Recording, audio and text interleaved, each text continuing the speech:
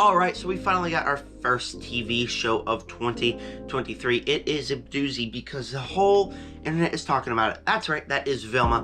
But I also finished a show that was last year's television show, which is Only Murders in the Building Season 2, so I figured I'd tack on that review at the beginning. But before I get started with these reviews, please make sure to subscribe, hit the like button, hit the bell, and comment down below what is your thoughts on both of these shows, Only Murders in the Building Season 2 and Velma. I'm pretty sure I know yours about Velma. People are thinking about when they think about Only Murders in the Building, so I want to know your thoughts on those. And are you one of the rare people who actually enjoyed Velma, or are you not? How's this gonna go is we are going to start out with Only Murders in the Building, then we're going to move on to Velma, because Velma's going to be probably the main chunk of this video. But we're going to start with Only Murders in the Building Season 2. And taking place minutes after the first one, the three trio, they have to band together because they are framed for a murder, and so they have to figure out the murder. Meanwhile, Charles' stepdaughter comes into town, Mabel falls in love with someone, and Oliver finds out his son might not actually be his son. And so, coming out of the first season, I absolutely love and adore that first season. I think the first season is incredible. The comedy's great, the mystery's great, everything about that season is great. So going into season 2, I did have my reservations, because the way the season ended, just like, oh, we got another murder. Okay, cool. Didn't really get me hyped for the second season. So, just kind of had that reservation going in. I gotta say, I thoroughly enjoyed the second season. No, it's not anywhere near close to how great the first season of Only Murders in the Building was, but it does have some great stuff. The first thing that was great about the show was the performances. Martin Short, Steve Martin, hands down, some of the best chemistry in TV shows I have. Two of the best comedians, had a hilarious television show together, and not only does the comedy work when they're on screen, but just their total interaction as a whole is just darn right hilarious. I love both of these characters. Now, Mabel, however, I do think that Selena Gomez puts on a good performance. I just don't necessarily like her character arc at all in this. And we'll get on to more talking about that, but everyone on the show felt like they wanted to be here. Not a single person felt like they wanted to leave. It didn't feel organic. It felt like these actors had something, and they use that something to make the show. Because if we didn't have Steve Martin or Martin Short, a lot of Martin Short's lines probably wouldn't have been funny. But they had me laughing because it's Martin Short, his quirkiness, putting it out there, and it's hilarious. And Steve Martin, all these characters, they also have their each own arc. Charles's arc is that he loves his stepdaughter, and now she's coming to town and he wants to keep her out of the mystery. Charles doesn't have much of an arc here. Charles is mainly sidelined for the majority of the season. He's just like this character that works. He does have a small little arc where he's going and he might fall back in love with Jan, but that's like shut down in 2 episodes. He doesn't really have that big of an arc like Oliver or Mabel does through the rest of the season, but I did still enjoy his character. Steve Martin was worth watching on screen. And then we also got Oliver, and his was easily the best. Sure, I do think that it could have been stretched out just a little bit longer, but his arc here, I really did enjoy. His arc was, he didn't know if his son was really his son because of a DNA test and all that. And it was an arc. And again, Martin Short plays it perfectly. There's not a single other actor who I think could have pulled this off if it wasn't Martin Short, and it really works. Now, Mabel's character arc, however, is terrible. Yeah, that's right. Oh, look at this. I'm Mabel. I'm falling in love with another person. Oh, they think the person I love is a murderer again? Okay. And I just couldn't get behind it. Every time she was on screen, I was like, send us back to Charles or Oliver. Mabel was just downright boring here, and Selena Gomez definitely had some cringy moments to pull off. No hate towards Selena Gomez. I think she did great in this season, but I just cannot get behind her lesbian plotline. It was very annoying and distracting from the rest of the show. I just couldn't get behind. The mystery here, also pretty good. Now, when I came out of this one, I was like, at the end of the first season, I was like, how are they going to make a compelling mystery if it's right after this, and it's about Bunny's death, and okay, I don't really know how they're going to do this, but the mystery was fun. I actually binged the last 5 episodes of the series in like a day and a half, because when I say a day and a half, I mean I watched an episode at work while I was on my half-an-hour break, and then I watched the next 5 episodes the next day. Yeah. It's just because this is such a watchable show, also because the mystery's intriguing. I was tired of turning it off each time we learned something. I'm like, I really want to know what that incorporates to. So I just sat down and binged the whole show, and I'm glad I did. Because not only is the mystery intriguing, but the reveals here are the absolute best. Spoilers if you haven't seen the season right here, go. And so, with the mystery, we're trying to figure out who killed Bunny.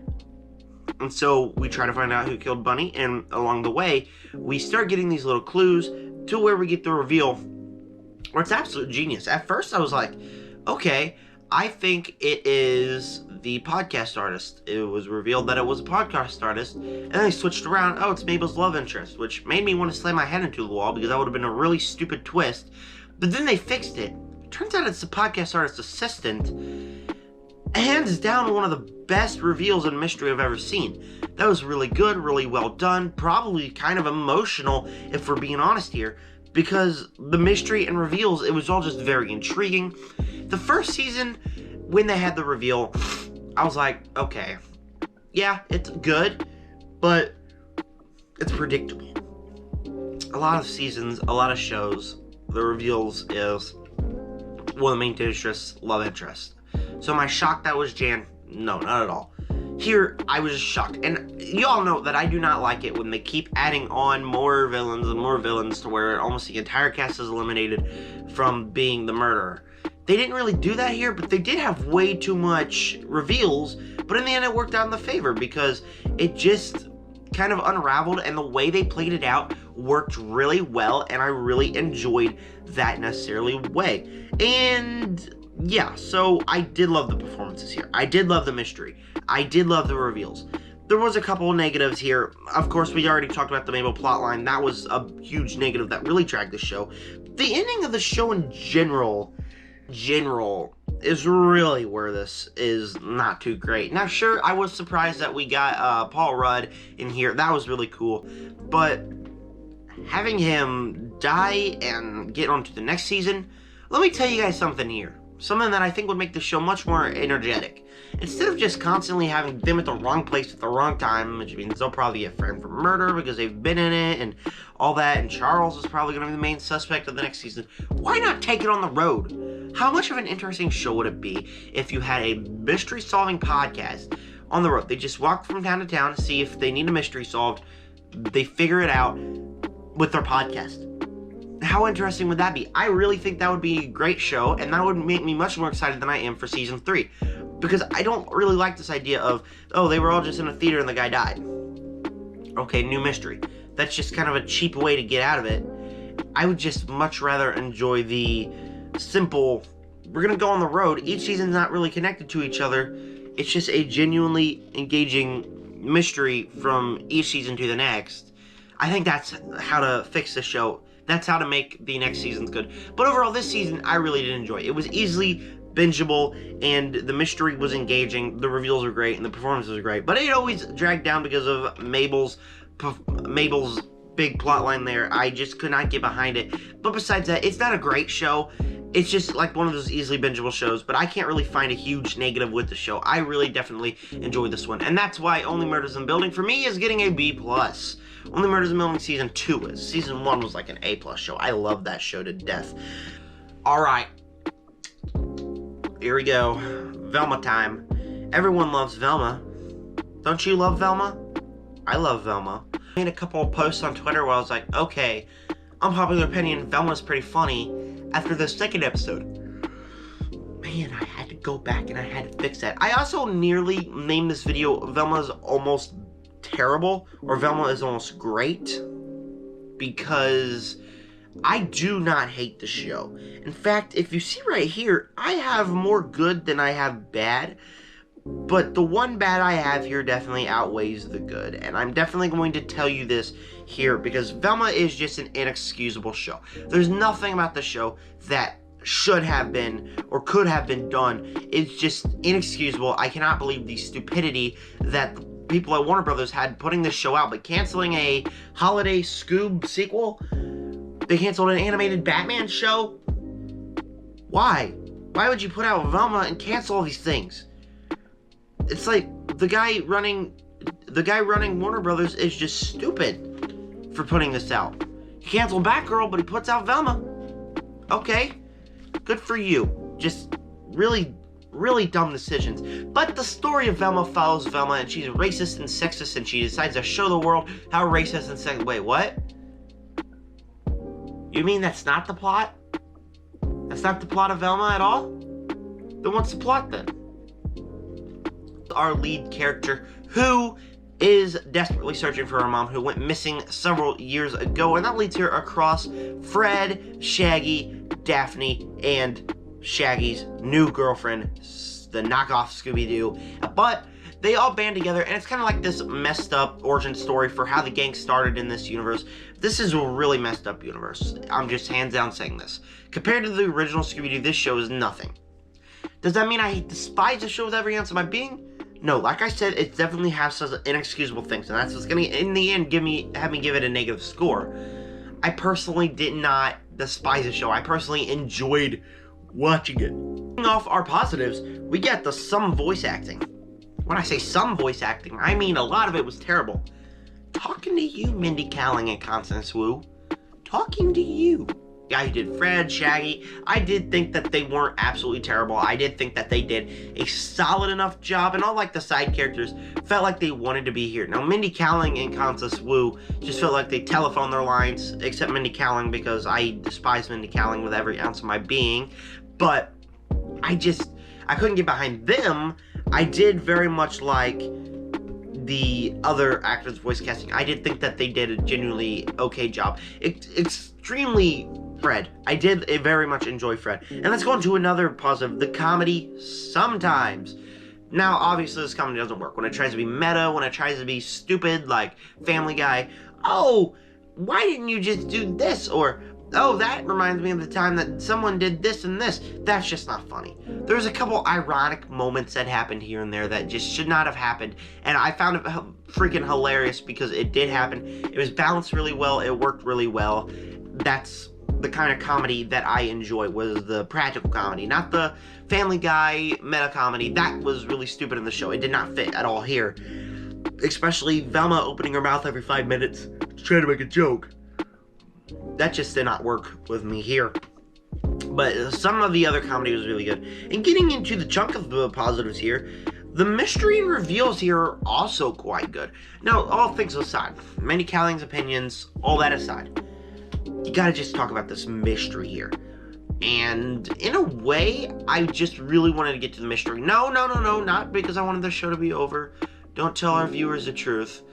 But I wanted the show to get to the end, to get through the reveals, because I found it just to be a tad bit genuinely engaging. It wasn't a great mystery. There's definitely some flaws here and there, but I definitely wanted to know what happened to Velma's mom. I definitely wanted to know what happened to Daphne's mom. I definitely wanted to know all these things, and even though I didn't root for the characters as a whole, I wanted to know these things because it kind of sets it up in a way that the mystery is genuinely engaging, quite like the first show that we talked about, Only Murders in the Building. The mystery was engaging. You wanted to get there because you cared about this mystery, and there were some fun twists and turns along the way, which I personally think did work. The twists, the turns were solid here in this season, and that's always a positive for me. And then we get to the reveals, and the reveals kind of did the same thing Only Murders in the Building Season 2 did. Okay, we're gonna think it's this guy, then it's this guy, then it's this guy, and it's finally gonna be this guy. And in the end, I typically really liked it. I really liked that idea because it makes sense. It's like the writers, when they're writing comedy, are like, I don't know how to write comedy, I'm stupid. But when the writers are writing the mystery, they're like, okay, here we go. This is a mystery, and we're going to make it genuinely entertaining. We're going to make it genuinely engaging, and we're going to force you to come back week to week because you actually want to know who the villain is. And I'm going to be honest, the villain did not disappoint. The villain worked it and made sense, and it was really great in that way. And that's the reason why I don't hate this show, is because the mystery really works. I enjoyed coming back week to week just to find out other clues about this mystery until we got to the end and we found out who the killer was. But we gotta move on to the negatives now because holy frickin' frick, there are quite a bit of them. and not quite a bit of them. There's one massive negative that really just impacts the show, and we're getting onto it right now. 3, 2, 1. Mindy Kaling. Mindy Kaling. Kick Mindy Kaling off your show. Make it not a Velma show, make it a Mindy Kaling show. You got a pretty good show. But Mindy Kaling is a terrible person. I hate Mindy Kaling. Now, when I say Mindy Kaling, I mean the person who voice acted Velma, the person who wrote most of the show, the person who basically created the show, and I just cannot get behind her. She is one dumb individual, that's for sure, because instead of deciding to just make it a genuinely engaging show, just trying to set up Mystery Inc., she decides to sprinkle in a bit of her worldviews on this show as well, to where I have to sit down and constantly endure Velma getting mad at people for shaking their butts.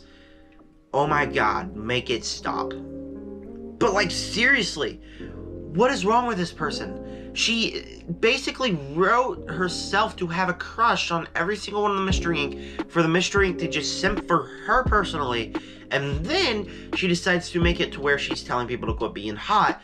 Make up your mind. You love Shaggy, you love Daphne, you love Fred. I don't get you, you stupid woman. I don't understand what your ideas here were. I don't understand what you're trying to make here. And it just makes me extremely mad of your worldviews. I get you, Velma. I get you. I know what you're doing. As a kid, you've always had a crush on all these characters. So you decided to make a television show to where you could make yourself feel bad for having a crush on these characters by telling them to stop. I just don't get it. It's like she's trying to control the nation. It's like, and Velma's not even a likable character. She wrote herself to be the most unlikable character in the entire universe. I could not get behind this character. She had like maybe 5 minutes of an arc in the last episode. That's it, to where she kind of turned good. But she's just like this character who is snarky, spits out the most sarcastic comments, just never has anything good to say, and I just despise her for it. I absolutely despise her. Her worldview's thrown in here, her writing, her acting, everything about this particular Mindy Kaling is absolutely terrible. It drags down the show. It makes the show feel more political and feel like she's trying to be political instead of actually being an engaging show. So like I said, kick out Mindy Kaling, kick out Scooby-Doo's name, because Scooby-Doo literally has nothing to do with this show. Sure, I did like the kind of weird way that they set up the Mystery Inc. I did think that was a genuinely pretty cool way to set up the Mystery Inc. as kind of like this big ongoing show, and I will be there for season 2 because it was kind of cool. Kick Mindy Kaling out. Don't make a Scooby-Doo. Make it a completely different mystery show. I don't care if you say it's knocking off Scooby-Doo. Just don't make this show.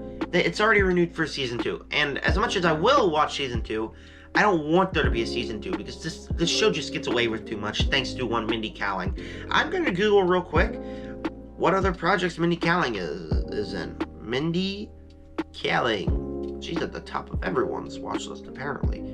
What other projects did she do? So I just make sure to stay away from them of how much of a terrible person she is. Career. Oh, she was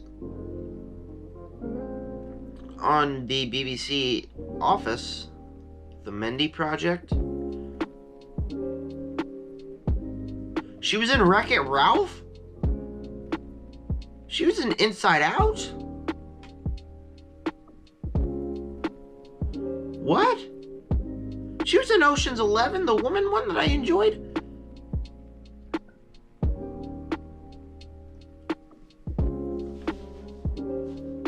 Wow. I filmed this video 3 times. I'm being dead serious. Like, I seriously sat down to film it the first time. I thought Velma was only 8 episodes. I thought it left us a cliffhanger. And so I filmed that review, and then the next 2 episodes came out, so I filmed it again, and then the footage got deleted off my computer, so I couldn't edit it, and I already deleted it off my GoPro so I can film tomorrow's video. And then, bam. Just like that, I'm on my 3rd filming. But I never did that. She was so many iconic characters. I don't ever let Mindy Kaling run her own show, I guess. I don't know. I really don't think she should have made this show. It probably ruined her career. Because it's just disgusting, stupid, not even very funny.